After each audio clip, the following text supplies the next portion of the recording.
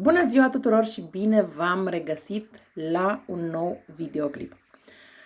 Haideți să vedem de această dată cum se simte sau cum este bărbatul de care v-ați despărțit. Dacă este bine, dacă nu este bine, sau poate femeia, cine știe, nu știu. Pentru că printre voi, cei care urmăresc acest videoclip, mai sunt și bărbați, da?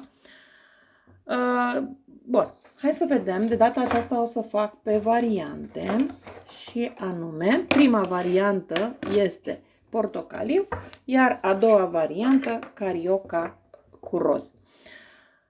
O să vă rog să vă alegeți una dintre cele două variante cu care considerați voi că rezonați cel mai bine sau le ascultați pe ambele și luați doar ceea ce vi se potrivește.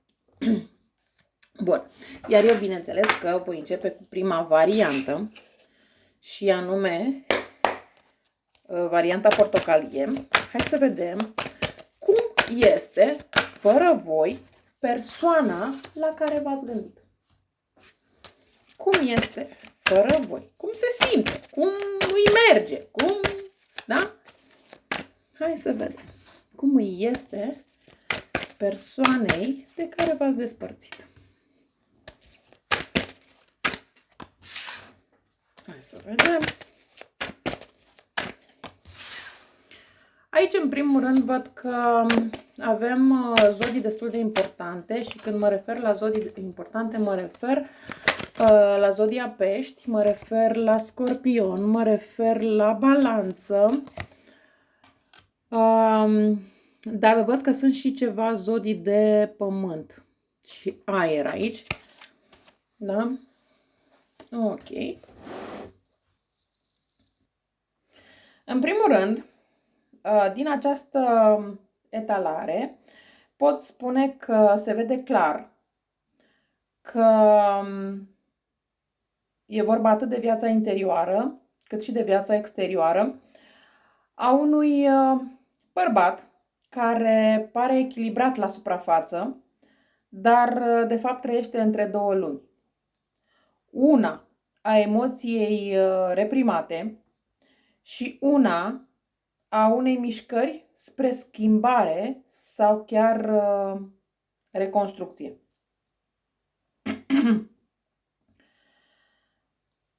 În lumea lui interioară, emoțională și mentală, emoțiile lui sunt adânci, dar nu este genul de bărbat care să le exprime ușor. Se gândește într-adevăr la tine, pentru că încă o parte din el te simte, dar o ține sub capac. Nu are curajul sau maturitatea să se reîntoarcă real la tine, doar să contemple pierderea ta. Văd că stă destul de mult în singurătate, în autoanaliză, se retrage, poate chiar pare bine închis în sine, dar acest bărbat nu este în echilibru cu el, dar nici atât cu cei din jurul lui. Într-adevăr, se preface foarte bine că e bine, dar e în căutare de sens. Se și întreabă destul de mult dacă a pierdut ceva real sau ceva care și-a dorit să atingă la un moment dat. Dar bineînțeles că nu-ți va arăta acest lucru, indiferent cât tu ți-ai dori asta. N-ar fi nimic exclus să-ți trimită un mesaj în care să-ți spună mi-e foarte bine fără tine sau să vezi pe rețelele sociale că îi merge foarte bine. Dar interiorul lui e altul. Nu vă luați după poze pe rețelele de socializare, nu vă luați după aparențe, pentru că adevărul sufletului nu este pe rețelele de socializare. Într-adevăr, această persoană se uită spre viitor, dar încă trăiește cu un picior în trecut. Parcă așteaptă ca ceva sau cineva să-i salveze drumul. Nu are inițiativă totală. Aș putea să spun că este genul de bărbat care mai mult visează decât face. Și nici să nu vă gândiți să faceți voi un pas spre el, pentru că vă întoarceți din nou la același comportament. Într-adevăr, de când s-a despărțit de voi, a devenit mai rece, mai rațional decât era înainte, cumva considerând că așa se protejează.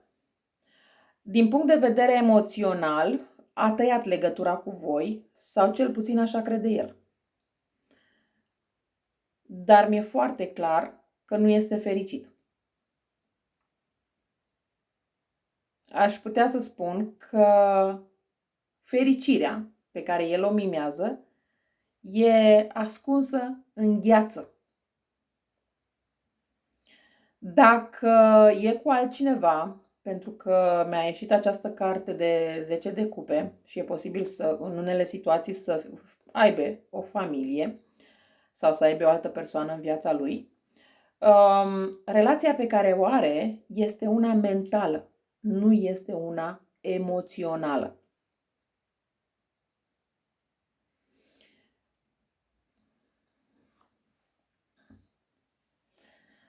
Aici, acum o să vă spun despre lumea lui exterioară, acțiuni și karmă. Într-adevăr, este genul de persoană care vrea control. Își direcționează viața. Poate în perioada asta se concentrează mai mult pe muncă, pe imagine, pe controlul propriei căderi. Are o mască de am trecut peste. Deci dacă ar fi să-l sunați să-l întrebați, spune, am trecut ușor peste. Dar realitatea nu este așa. Nu o crede nici el în totalitate, chiar dacă se minte singur. Dar merge înainte cu voință și nu cu vindecare. Bineînțeles că viața îl trage la răspundere, pentru că a venit momentul să primească ceea ce a semănat. Dacă ți-a făcut rău, îl simte acum în relațiile sale, în viața profesională sau inclusiv în propriile nopți nedormite și destul de agitate. Aș putea să spun că a venit nota de plată karmică. Dar, în permanență, are dorință de aventură, de începuturi noi, dar e o dorință destul de imatură. Vrea ceva nou, dar nu știe de ce. Poate filtrează, poate are pe cineva nou, dar, așa cum am mai spus, nu este o conexiune profundă. Aș putea spune că e explorare, nu împlinire. Fie își imaginează că va construi o familie sau o relație perfectă, fie se minte că a găsit fericirea. Acest happy ending poate fi o iluzie sau chiar o relație doar de fațadă. Imaginea pentru el contează mai mult decât autenticitatea. În viața lui totul se mișcă foarte repede și ia decizii rapide. Drumuri, mesaje, posibil chiar un contact cu tine sau are dorința să refacă acest contact cu tine. Dar să vedem dacă are și curaj, pentru că acest curaj îi cam lipsește. Vrea viteză pentru a fugi de profunzime. Se teme de stagnare, dar și de introspecție reală. Ce este bine să știi tu în acest moment este că nu e împăcat cu sine, joacă acest rol pe care îl joacă, dar e prins într-un carusel de control, raționalizare și iluzii despre cum ar trebui să fie viața lui.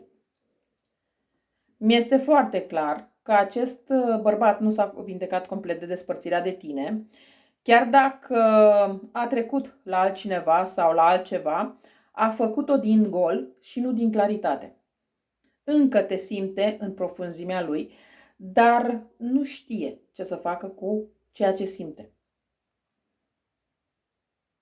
Alegerea lui de a nu se întoarce e legată mai mult de mândrie, nu de lipsă de sentiment. Se agață de imagine pentru că consideră că are dreptate și are control. Așa că mi este foarte clar că nu este bine acestei persoane fără voi.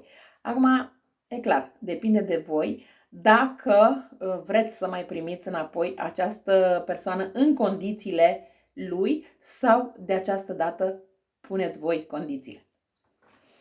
Așa că este la alegerea fiecăruia dintre voi. Eu cam atât am avut de spus pentru voi, cei de la prima variantă. Și voi trece la varianta cu numărul 2. Hai să vedem și pentru cei de la varianta numărul 2. Cât de bine este acestui bărbat fără voi? Hai să vedem. Cât de bine este acestui bărbat fără voi? La cum a început prima carte și aici este vorba de foarte mult orgoliu, în primul rând. Și o mândrie din aia bărbătească, dar din punctul meu de vedere e o mândrie destul de prostească. Da? Na, fiecare cu alegerile sale. Nu ne putem noi îndoi de alegerile pe care le face fiecare. Bun. O să mut un pic camera. Așa. Acest bărbat trăiește o viață aparent controlată, dar de fapt este o viață plină de haos intern, de blocaj emoțional și regrete destul de adânci. Și chiar dacă arată că e rațional, calm sau vrea să arate că merge mai departe, cărțile în această situație spun altceva. Și anume că se luptă cu ruinele alegerilor lui. Într-adevăr, se arată destul de detașat, calculat, emoțiile îi sunt bine ascunse, joacă rolul celui care știe ce face, dar nu e atât de iubitor. E de fapt, sau cel puțin se simte destul de rănit. Și cumva e ca și cum, prin această rană, e ca și cum această rană i-ați făcut-o voi. Așa o simte. Și din acest motiv a devenit destul de rece, încât nu vrea să simtă această lipsă de iubirea voastră. Pot să spun că se zbate între două lumi, două alegeri, dar aici mai poate fi inclusiv vorba despre două femei. Nu este genul de bărbat care să fie stabil emoțional, se chinuie să pară echilibrat, dar jonglează cu vină și chiar îndoieli. Și poate și cu niște minciuni față de el însuși.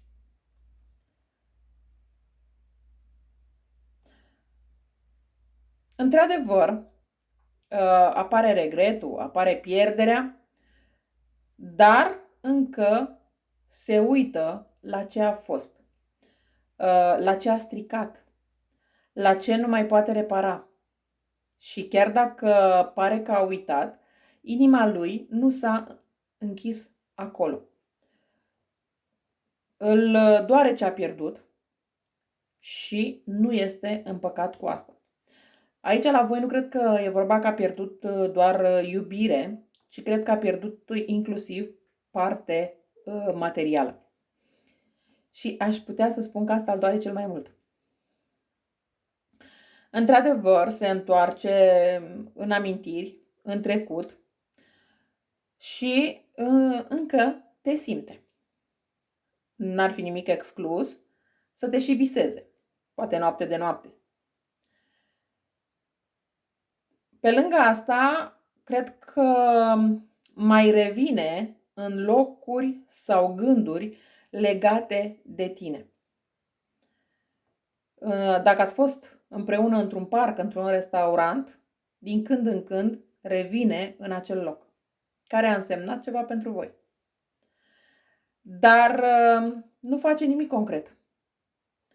Trăiește doar într-o nostalgie tăcută. Refuză să aleagă, se preface că nu știe, se blochează, nu vrea să vadă adevărul pentru că adevărul îl doare. E într-o situație de negare și asta îl ține captiv. Este genul de bărbat care nu vrea să recunoască că de fapt voi sunteți ancora lui. Voi sunteți siguranța lui, voi sunteți stâlpul lui. Adevărul interior, karma și suferința reală a lui. Păi, în primul rând, așa cum am mai și spus, nu doarme bine. Îl macină gândurile. Poate e vina, poate e frică. Poate e faptul că știe că a rănit-o pe femeia care l-a iubit sincer. Are insomnii emoționale, chiar dacă ziua zâmbește. Seara nu mai e la fel. Viața i s-a prăbușit sau urmează să i se prăbușească. Ce a clădit fals, fără adevăr, urmează să se rupă. Fie o relație falsă cu care s-a afișat după despărțirea de voi, fie o imagine, fie un mod de viață. Karma îl lovește. Iar această furtună care vine înspre el este o furtună reală. Mi-e foarte clar că viața lui e în dezechilibru. A dat prea puțin sau a luat prea mult. Relațiile lui acum sunt destul de dezechilibrate. Fie se folosește de cineva, fie e folosit. Dar are nevoie de această lecție pentru că trebuie să învețe lecția despre reciprocitate. Într-adevăr, în unele situații poate e prea târziu, dar în unele situații e doar poate. În continuare, încearcă să se agațe de control, de bani, de ideea de stabilitate. Nu poate lăsa trecutul, dar nici nu știe să-l trăiască. E o persoană foarte încăpățânată, dar totodată are și lipsă de curaj emoțional.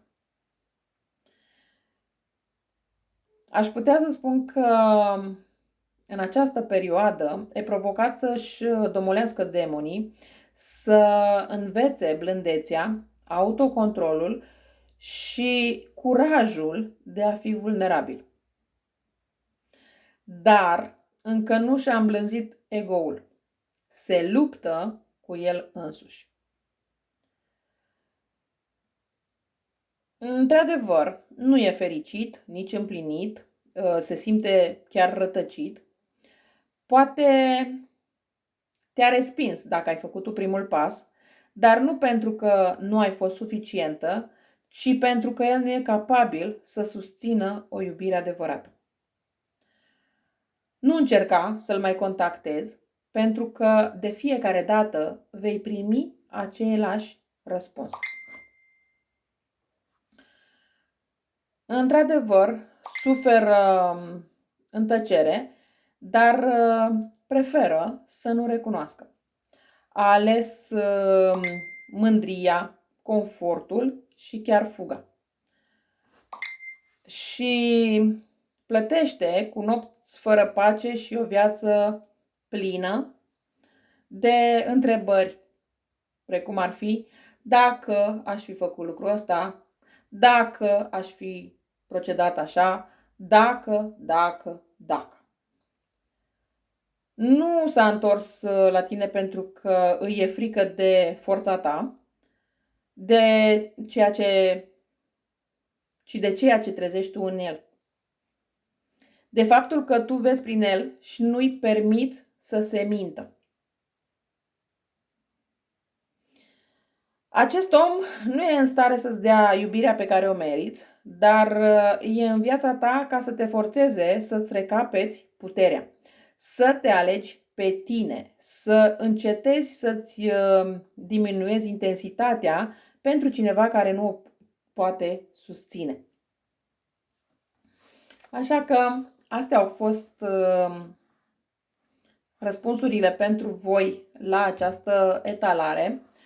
Sper că v-ați regăsit în ea și veți lua măsurile necesare.